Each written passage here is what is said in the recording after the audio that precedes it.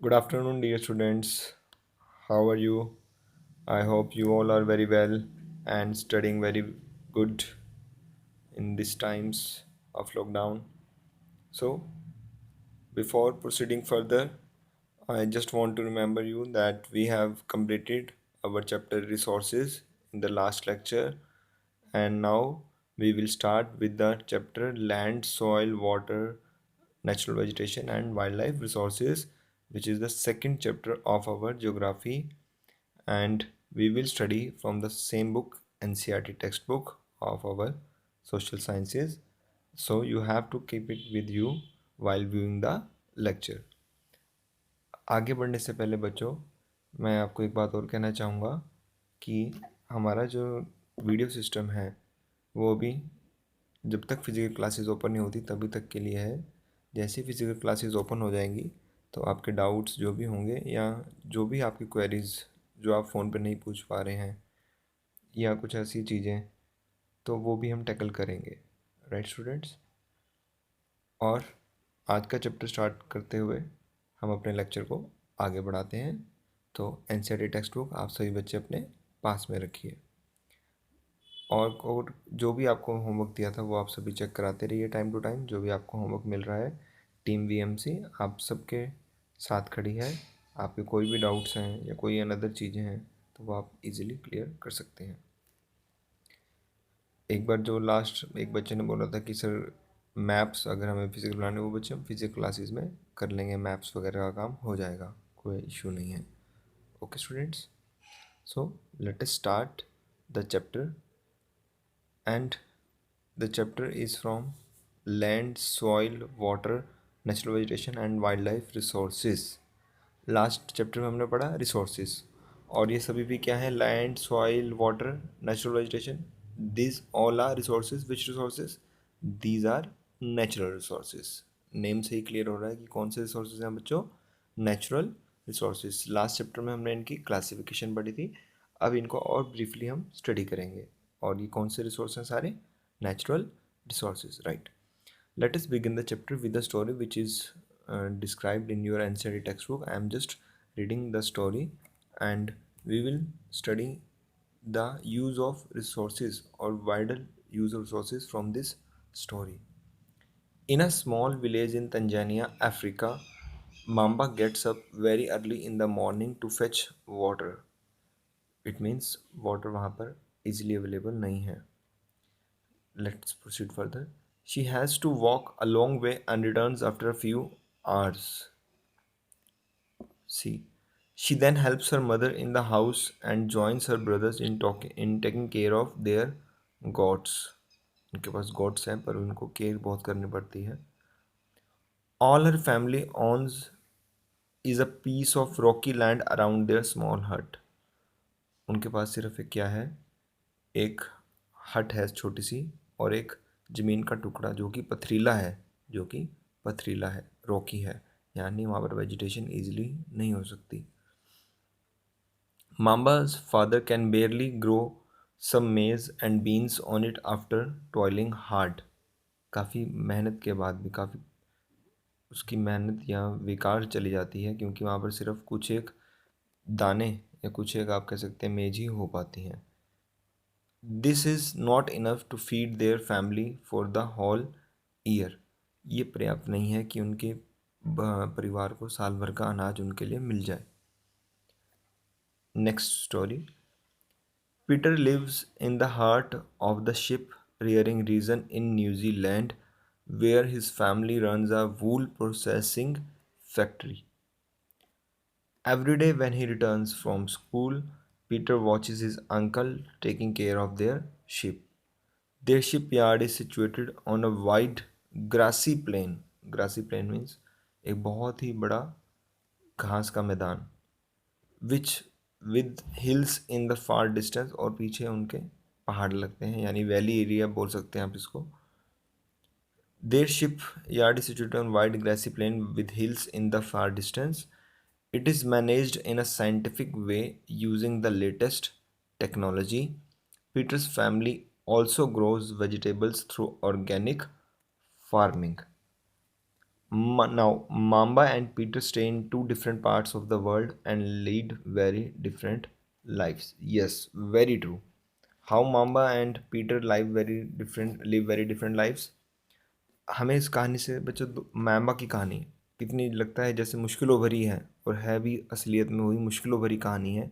ना उनके पास पीने का पानी पर्याप्त है, ना उनके पास ज़मीन है अच्छी, ना उनके पास टेक्नोलॉजी अच्छी है, ना उनके पास वाइल्ड लाइफ है, जानवर नहीं हैं अच्छे, गोट्स हैं सिर्फ, जिससे कोई ज़्यादा हमें महत्व नहीं मिलता, और ना ही उनके पास रहने को मकान है और घर है। तो कितना मुश्किल होगा बच्चों उनका जीवन, जहाँ पीने का पानी तक अवेलेबल नहीं है। पीने का पानी भी उनको दूर से लाना पड़ता है। यानी वो एक ऐसे रीजन में रह रहे हैं जहाँ पे रिसोर्सेज, नेचुरल रिसोर्सेज बिल्कुल ही नहीं है, बहुत अगर है तो वो भी बहुत कम है। तो ऐसा रीज़न, वहाँ पर नेचुरल सी बात है कि बहुत ही कम लोग रहते होंगे, क्योंकि वहाँ पर पॉपुलेशन सर्वाइव ही नहीं कर पाएगी। पॉपुलेशन सर्वाइव नहीं कर पाएगी तो पॉपुलेशन मेंटेन नहीं रह पाएगी। और दूसरी तरफ पीटर जो है, पीटर के लिए ज़िंदगी एक बहुत ही हसीन सपना सा प्रतीत होती है कि हाँ, बड़े अच्छे दिन उनके गुजरते होंगे। एक बड़ी सी फैक्ट्री है, एक बड़ा सा फार्म हाउस है, एक बड़ा सा घर है, सारे संसाधन हैं, सारे रिसोर्सेज हैं, पानी है, अनाज है खाने को, रहने को घर है, टेक्नोलॉजी है।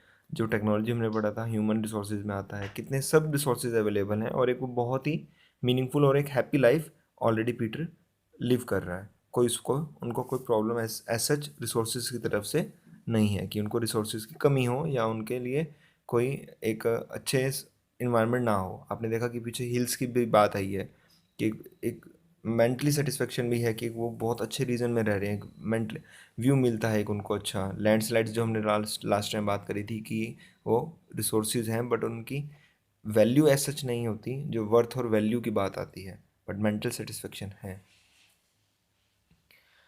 So, how Mamba and Peter stay into different parts of the world and lead very different lives. This difference is because of the difference. ये difference क्यों है उनके लिए? Because difference in the quality of land. ज़मीन की quality का difference है। एक तरफ ज़मीन उपजाऊ है और एक दूसरी तरफ बिल्कुल पथरीली कंकर, जिसमें आप कुछ भी मुश्किल से दो दाने नहीं उगा सकते। कहने का मतलब है कि आपको अनाज उगाना बहुत ज़्यादा मुश्किल है, क्योंकि फर्टिलाइज सॉइल नहीं होगा तो कुछ भी आप उगा नहीं सकते, उसमें क्रॉप्स नहीं उगा सकते, भेड़ बकरियां नहीं चरा सकते, कुछ भी नहीं हो सकता, वेजिटेशन ही नहीं होगी, बहुत मुश्किल है। जैसे वहाँ तो शिप्स के लिए क्या है, ग्रासी प्लेन्स अवेलेबल हैं, उनको खाने की, शिप्स को भी खाने की कोई दिक्कत नहीं है। वहाँ पर उनके लिए अपनी दिक्कत तो है ही है बच्चों, खाने के लिए गोट्स के लिए भी खाने की दिक्कत है कि गोट्स को भी खाना कहाँ से खिलाएं। जो गोट्स हैं उनके लिए भी चारे का प्रबंध मुश्किल है, क्योंकि कुछ भी नहीं हो रहा। एक तो नेचुरल वेजिटेशन हो जाती है, और एक जो हम खुद करते हैं नेचुरल वेजिटेशन, ग्रास अपने आप होती है ज़मीन में, बारिश आती है ग्रास हो जाती है। और दूसरी तरफ तो पेड़, आपकी शिप्स आराम से अपना भोजन प्राप्त कर सकती हैं, बट मामा की गोड्स के लिए पॉसिबल नहीं है, क्योंकि वहाँ पर नेचुरल वेजिटेशन भी नहीं है।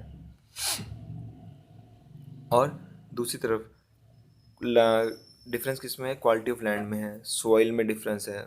मिट्टी जो है उपजाऊ है और वो मिट्टी उपजाऊ नहीं है। वाटर है वहाँ पर इजीली अवेलेबल नहीं है, वहाँ न्यूजीलैंड में इजीली अवेलेबल है। नेचुरल वेजिटेशन की बात आई कि नेचुरल अपने आप घास हो जाती है, अपने आप, और दूसरे पेड़ पौधे हो जाते हैं, पर वहाँ पर वो नहीं हो पा रहे। Animals and the usage of technology, the availability of such resources is the main reason places differ from each other.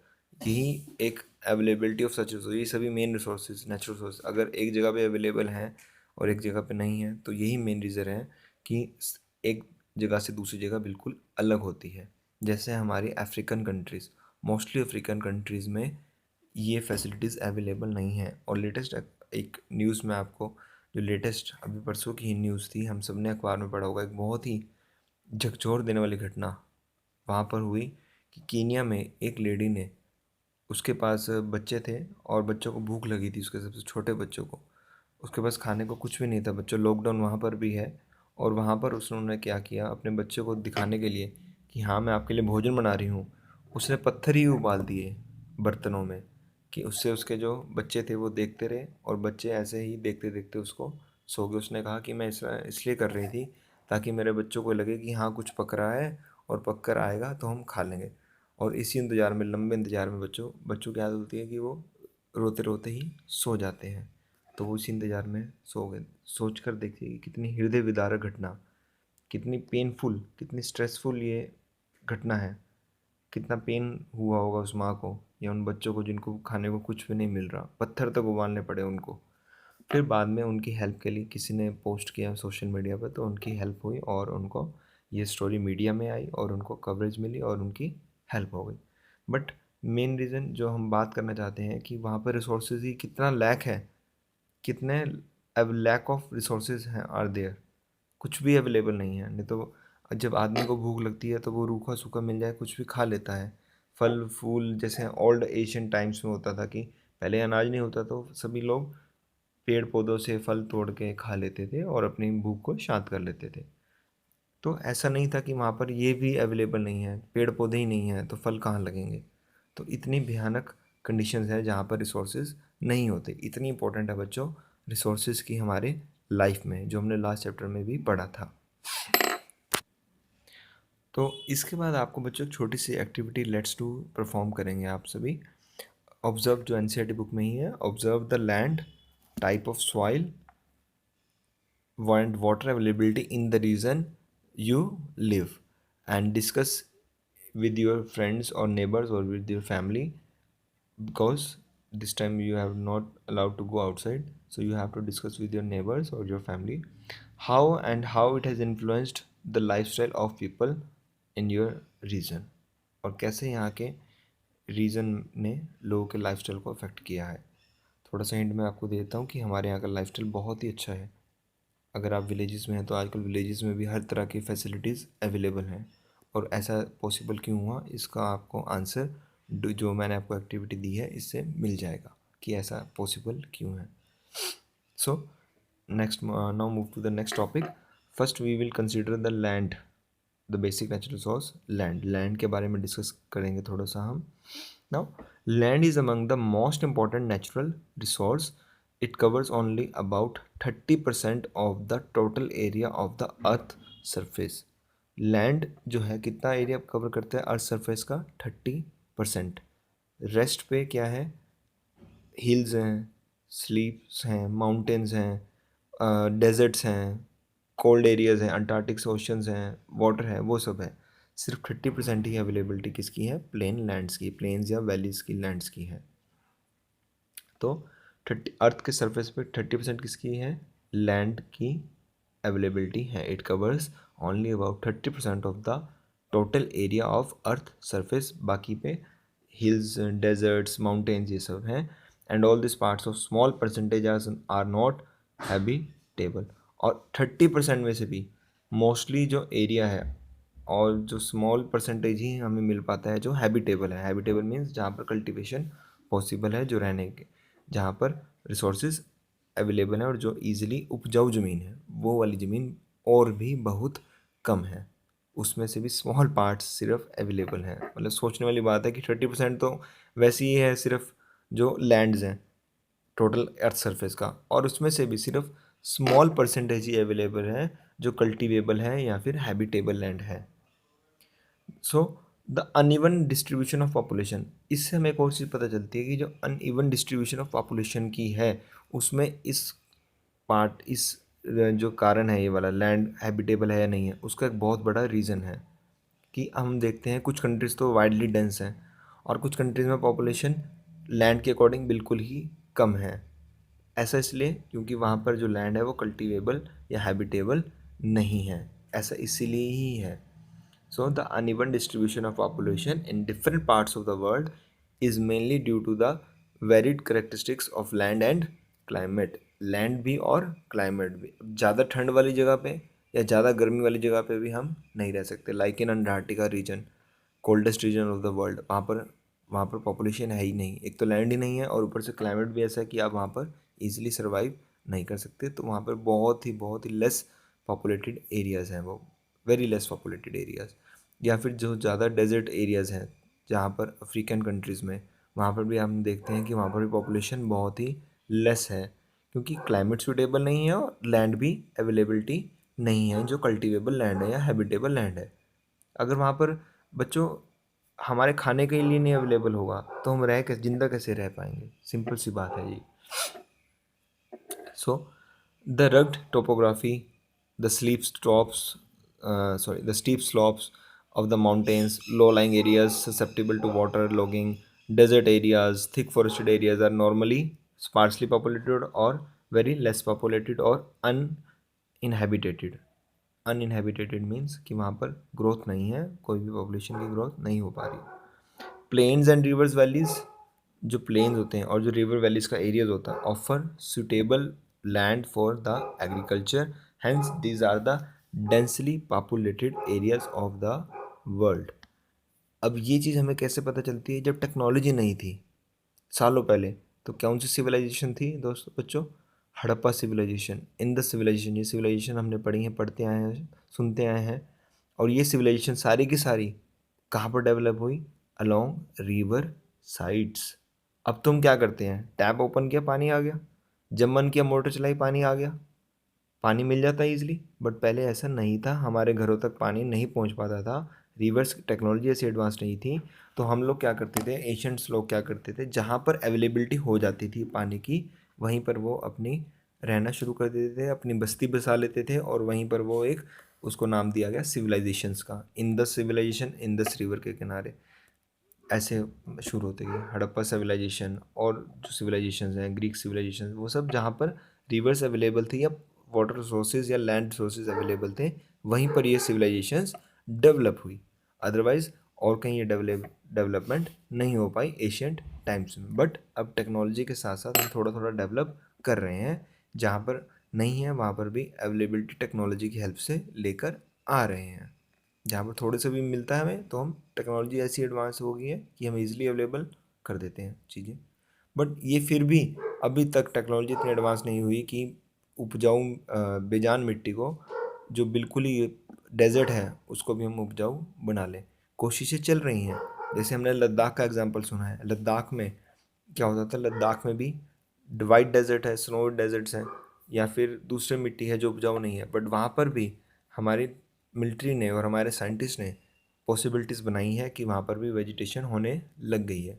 तो ये गुड एग्जांपल है, एक अच्छा एग्जांपल है, ताकि जो पॉपुलेशन का फैलाव हो रहा है वो थोड़ा कंट्रोल किया जा सके, एक पॉपुलेशन को दूसरे प्लेस से इजीली शिफ्ट किया जा सके। इसको भी हम उसमें बोल सकते हैं कि हमें हेल्प मिल सकती है इसमें। So this is all about the availability of land, or you can say the in figure 2.1, which is given in our NCERT textbook, you can see the a place in Austria country is shown here, and it is shown here that how land has been used in many ways. You can see the figure and you will understand the thing कि कुछ एक जगह पे एक river निकल रही है, river के आसपास घर हैं बसे हुए हैं, और उससे दूर खेत हैं। अब रिवर्स के पास वाटर जो है, लैंड जो है, ईजिली वेट रहता है, क्योंकि रिवर्स का इफेक्ट रहता है, तो कल्टीवेशन ईजिली पॉसिबल है, पानी की कमी नहीं हो पाएगी, क्योंकि रिवर्स साथ में ही अवेलेबल हैं हमारे। Next topic is land use. Now land is use for different purposes. Land का यूज़ हम किस लिए करते हैं? एक तो एग्रीकल्चर के लिए सबसे बड़ी बात, फिर हमारे रहने के लिए, फॉरेस्ट के लिए, माइनिंग के लिए, बिल्डिंग हाउसेस, ट्रांसपोर्टेशन बना के लिए, रोड्स बनाने के लिए, और भी डिफरेंट यूजेस हैं। हर चीज़ लैंड पे तो हो रही है। एयर का यूज़ तो सिर्फ हम ट्रांसपोर्ट के लिए कर रहे हैं, है ना, या फिर हमारे जो मीडियम है, सैटेलाइट्स वगैरह यूज़ कर रहे हैं हम। बाकी सब जगह तो लैंड ही है। तो लैंड यूज, हर चीज़ के लिए हमें लैंड की, मेन ज़रूरतों के लिए हमें लैंड की ज़रूरत पड़ेगी ही पड़ेगी। तो the different purposes which are used such as agriculture, mining, industry, forest, homes, industry, shops etcetera are termed as land use. ये सब किस में आते हैं? लैंड यूज़ में। Now can you list out the different ways in which Mamba's and, जो Mamba और Peter की हमने स्टोरी पढ़ी है, in which Mamba and Peter's family use their land. क्या हम बना सकते हैं? बिल्कुल बना सकते हैं। वो क्या क्या यूज़ कर रहे हैं लैंड्स का, आप सोचिएगा इस बारे में। ये आपको मैं दे रहा हूँ होमवर्क में, फिर हम इसको डिस्कस करेंगे फ़ोन पे या व्हाट्सएप ग्रुप्स पे। Now the use of land is determined by physical factors. Use of land कैसे डिटरमाइन करते हैं हम? By physical factors such as topography, soil, climate, minerals and availability of water. Water का use हर जगह आ रहा है, सबसे इंपॉर्टेंट पार्ट बना है हमारे लाइफ का वाटर। ह्यूमन फैक्टर्स, क्योंकि बिना पानी के आप अनाज भी पैदा नहीं कर सकते, पानी होगा तभी अनाज पैदा होगा, तभी आप भूख को शांत कर पाएंगे, तभी पेड़ पौधे ग्रो करेंगे। पानी सबसे ज़रूरत की चीज़ है हमारे। Human factors such as population and technology are also important determinants of land use pattern. अब ह्यूमन फैक्टर्स यानी कि जो हमारी आबादी हो या फिर टेक्नोलॉजी हम यूज़ कर रहे हैं, वो भी एक इम्पॉर्टेंट फैक्टर बन जाते हैं किसके लिए, लैंड यूज़ पैटर्न के लिए, कि हम लैंड को यूज़ कैसे कर पा रहे हैं। And land can also be classified on the basis of ownership. याद आ रहा है आपको, अभी लास्ट चैप्टर में हमने सोर्सेस पढ़ा ना, ऑनरशिप के base, private land and community land. Yes, private land is owned by individual whereas community land is owned by the community for common uses like collection of fodder, fruits, nuts और medicinal herbs। जो सब ये उगाते हैं अपना fodder यानी कि पशु पक्षियों के लिए चारा, फ्रूट्स, नट्स और medicinal herbs. The community lands are also called as common property resources. Now, people and their demands are ever growing, but the availability of land is limited। ये हम सबको पता है कि पॉपुलेशन दिन ब दिन बढ़ती ही जा रही है, बट जो लैंड है वो उतना ही अवेलेबल है। अब पहले इतने ही लैंड पे हमारे पूरे विश्व की आबादी 100 करोड़ थी, और अब इतने ही लैंड पे विश्व की आबादी लगभग 700 करोड़ के आसपास है। तो कितना फ़र्क आ गया, उतने ही लैंड में 7 गुना इंक्रीज़ हो गया। उतने ही लैंड से उन 700 करोड़ की ज़रूरतों को पूरा करना है, और आगे भी जो बढ़ती जा रही हैं। तो ये दिक्कत तो है ही हमारे सामने कि हम कैसे इसको अफेक्टिवली यूज़ करें ताकि वो बार बार। अच्छा, एक बात और है, जो हम आजकल यूज़ करते हैं वो जो फर्टिलाइजर्स, उससे हमारी मिट्टी की उपजाऊ शक्ति, जो उर्वरक शक्ति है जिसको हम बोलते हैं कल्टीवेशन अवेलेबिलिटी, वो कम होती जा रही है, क्योंकि फर्टिलाइजर्स में केमिकल्स होते हैं, वो सब उसकी कल्टीवेशन पावर को डिस्ट्रॉय करते हैं। एक टाइम तक तो इंक्रीज़ करेंगे, बट टाइमिंग वो उसको कम करते जाते हैं। ये एक बहुत बड़ा फैक्टर है कि हमारे गवर्नमेंट भी अब इस बारे में यूज़ कर रही है कि हम ऑर्गेनिक फार्मिंग करें। बहुत हरियाणा गवर्नमेंट ने भी इसको मोटिवेट किया है, ऑर्गेनिक फार्मिंग को। आपने न्यूज़पेपर्स में पढ़ा होगा, जो हमारे यहाँ गुरुकुल कुरुक्षेत्र है वो बहुत ही इसको प्रमोट करते हैं ऑर्गेनिक फार्मिंग को, और काफ़ी इस पर रिसर्च भी चल रहा है कि हम विदाउट यूज़ ऑफ फर्टिलाइजर्स अपना फार्मिंग करें, and that is called as the organic farming. Now the quality of land also differs from place to place. ये भी डिफर करता है कि क्वालिटी ऑफ लैंड एक जगह सेम नहीं, हर जगह सेम नहीं है। कई जगह उपजाऊ है, कई जगह पथरीली है, कई जगह बर्फीली है, कई जगह रेतीली है, इस टाइप से। And the people started encroaching the common lands to build up commercial areas. Simple सी बात, जहाँ पहले खेत खलियान होते थे वहाँ बिल्डिंग्स बन गई हैं, जहाँ पहले पथरीले रास्ते थे वहाँ सड़कें बन गई हैं, जहाँ पहले रहने को झोंपड़ियाँ थी वहाँ पक्के मकान बन गए हैं, ऊंचे ऊंचे फ्लैट्स बन गए। दिल्ली में क्या था बच्चों, दिल्ली जब तक डेवलप नहीं था तो वहाँ पर ये इतने ऊंचे ऊंचे फ्लैट्स नहीं थे, वहाँ भी हरियाली थी, वहाँ भी धरती पे फॉरेस्ट थे, सब कुछ था। यमुना नदी साफ बहती थी जैसे अब बह रही है लॉकडाउन में। तो पर ऐसा क्या हुआ, वहाँ पर इंडस्ट्रीज़ का सेटअपमेंट शुरू हुआ, पॉपुलेशन बढ़ी, तो पॉपुलेशन के लिए ज़रूरतें बढ़ी, इंडस्ट्रीज़ लगानी पड़ी, लोग आने शुरू हुए, बसाहट शुरू हुई, लोगों की फैलावट शुरू हुई। तो जगह जगह रहने के लिए फिर उनको एनक्रोचमेंट हुई, और फॉरेस्ट कटते गए, ज़मीनों पे बिल्डिंग्स बनती गई, कल्टीवेशन लैंड कम होता गया, और वहाँ पर सब कुछ ऐसे ही डेवलपमेंट चढ़ती गई, क्योंकि वहाँ पर पॉपुलेशन एकदम से वास्टली इंक्रीज़ हुई। तो आपको मैं आज यहीं तक करा रहा हूँ, और आपको एक बार ये टॉपिक रीड करना है फर्दर। इसमें एक फिगर दी हुई है, फिगर 2.2, जिसमें जो मैंने आपको भी बताया change in land use over time, ये आपको दिखेगा। और यहाँ पर तक हमें आ रहा चैप्टर, अभी हम स्टॉप कर रहे हैं इसको, नेक्स्ट लेक्चर में हम इसको कंटिन्यू करेंगे, कंजर्वेशन ऑफ लैंड रिसोर्स से। तब तक आपको जो पिछला है ये कवर अप करना है बच्चों, और जो लास्ट चैप्टर है उसको भी रिवाइज करना है। और इसका आप फर्दर अगर रीडिंग करना चाहें तो आप इसको फर्दर रीडिंग भी कर सकते हैं। बाकी डाउट्स हम फ़ोन पे जो भी हैं आपके एज़ यूज़ुअल लेते रहेंगे। सो तब तक के लिए thank you so much, thank you for listening, thank you so much students, very good afternoon again, thank you.